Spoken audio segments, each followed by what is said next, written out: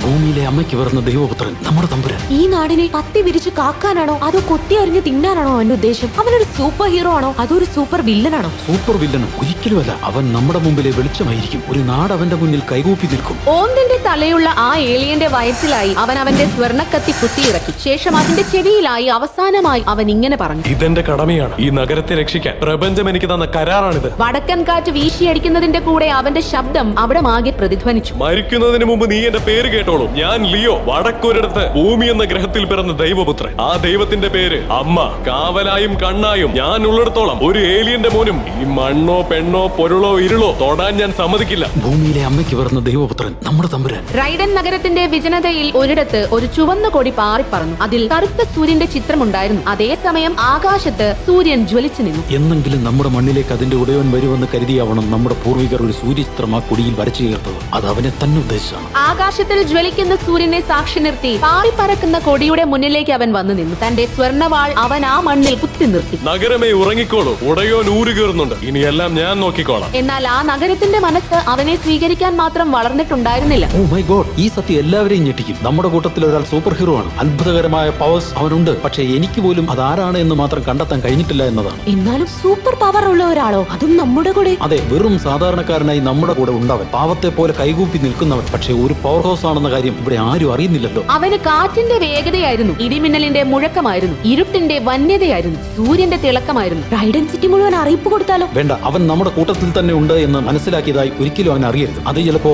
അവന് തന്നെ ദോഷം ചെയ്യും. അവനെ കുറിച്ച് അവർ സംസാരിക്കുന്ന ഓരോ സെക്കൻഡിലും അവൻ കൊടുങ്കാറ്റിന്റെ വേഗതയിൽ ഏലിയൻസുമായി ഏറ്റുമുട്ടുകയായിരുന്നു. പക്ഷെ ഒരു പ്രശ്നമുണ്ട് ഭീം, നമ്മളെ പോലെ ആയിരിക്കില്ല. അവനെ അവർ ഉൾക്കൊള്ളില്ല. പകരം അവർ അവനെ... നീ എന്താ ഈ പറയുന്നത്? നമ്മൾ അറിഞ്ഞതിന്റെ മറ്റൊരു രൂപമാണ് ഇനി ഇവിടെ സംഭവിക്കാൻ പോകുന്നത്. ഒരു പ്രധാന അറിയിപ്പ്. നമ്മുടെ ഇടയിൽ ഒരു ചാരൻ നുഴഞ്ഞു കയറിയിരിക്കുന്നു. നമ്മുടെ രഹസ്യങ്ങൾ ചോർത്താൻ വന്ന, ശത്രുക്കൾക്ക് വേണ്ടി നമ്മളെ ഒറ്റാൻ വേണ്ടി വന്ന ഒരു ചാരൻ. ചാരനോ? ആരാണവൻ? നമ്മുടെ ഇടയിലോ? നമ്മുടെ കൂട്ടത്തിലുണ്ടവൻ, നമുക്കിടയിലുണ്ടവൻ. ആ അറിയിപ്പ് കേട്ട് അവിടെ കൂടി നിന്നവരെല്ലാം ഞെട്ടി. തങ്ങളുടെ ലോകത്തെ ആക്രമിക്കാൻ ഏതോ ദുഷ്ടശക്തികൾ ശ്രമിക്കുന്നു എന്നവർ പേടിച്ചു. സൈഫർ എന്ന ഭൂമിക്ക് സമാനമായ ആ ഗ്രഹത്തിലെ അംഗങ്ങളെല്ലാം തങ്ങളെ ആക്രമിക്കാൻ വരുന്ന ആ ശത്രുക്കൾക്കെതിരെ തയ്യാറായി നിന്നു. അവർ ആയുധങ്ങൾ ഒരുക്കി. എന്നാൽ ആരുടെ കണ്ണിലും പെടാതെ ലിയോ അവിടെ ഒളിച്ചിരിപ്പുണ്ടെന്ന കാര്യം അവരാരും അറിഞ്ഞില്ല, താമര എന്ന വേട്ടക്കാരി ഒഴികെ. നീ ശരിക്കും ഒരു ചാരനാണോ? നിങ്ങളെ ഉപദ്രവിച്ചിട്ട് എനിക്ക് എന്താണ് നേട്ടം? എനിക്കിഷ്ടം നിങ്ങളെ രക്ഷിക്കാനാണ്. നീയാണല്ലോ ഞങ്ങളെ രക്ഷിക്കാൻ പോകുന്നത്. നിന്നെ ആരെങ്കിലും തിരിച്ചറിഞ്ഞ ആ നിമിഷം അവർ നിന്നെ രാക്ഷസ മൃഗങ്ങൾക്ക് ഭക്ഷണമായി കൊടുക്കും. അത്രയും സൂക്ഷ്മതയോടെ പെരുമാറുന്നത് കൊണ്ടാണ് ഈ ലോകം ഇപ്പോഴും നിലനിൽക്കുന്നത്. ഈ ലോകം ഇങ്ങനെയൊക്കെ തന്നെ നിലനിൽക്കണം എന്നാണ് എന്റെയും ആഗ്രഹം. ഇവിടെ ആരും എന്നെ വിശ്വസിക്കില്ലെന്നുണ്ടോ? എന്നാൽ അവനെ വിശ്വസിക്കാൻ അവിടെ ഒരാൾ കൂടി ഉണ്ടായിരുന്നു. ദേവാശ്രമത്തിലെ പ്രവാചകനായ റാമായിരുന്നു അത്. ഇവിടുത്തെ ആളുകൾക്കെല്ലാം ഭ്രാന്താണ്. പുറത്തുനിന്നും ഒരാൾ ഇവിടെ എത്തിയിട്ടുണ്ട് എന്നത് ശരി തന്നെയാണ്. പക്ഷേ അവൻ ചാരനോ ഒറ്റുകാരനോ അല്ല,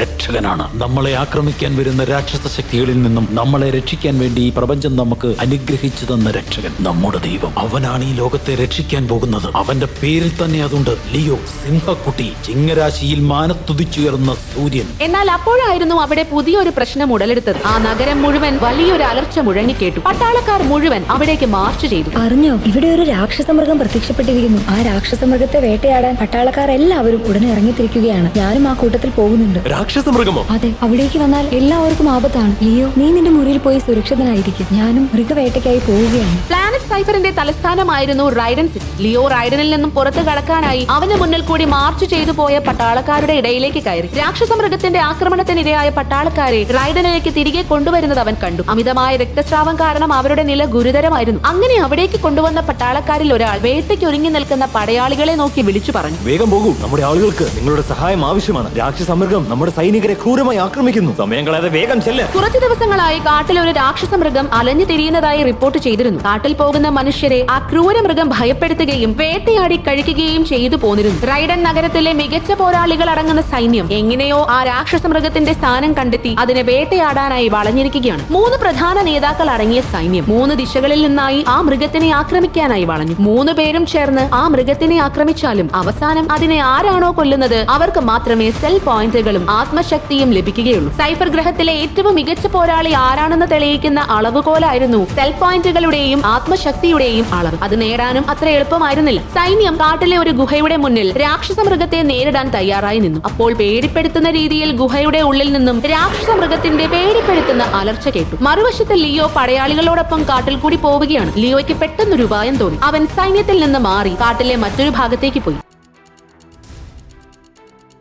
ഈ കഥ തുടർന്ന് കേൾക്കുന്നതിനായി ഇപ്പോൾ തന്നെ പോക്കറ്റ് FM ആപ്പ് ഇൻസ്റ്റാൾ ചെയ്യൂ. Link in description.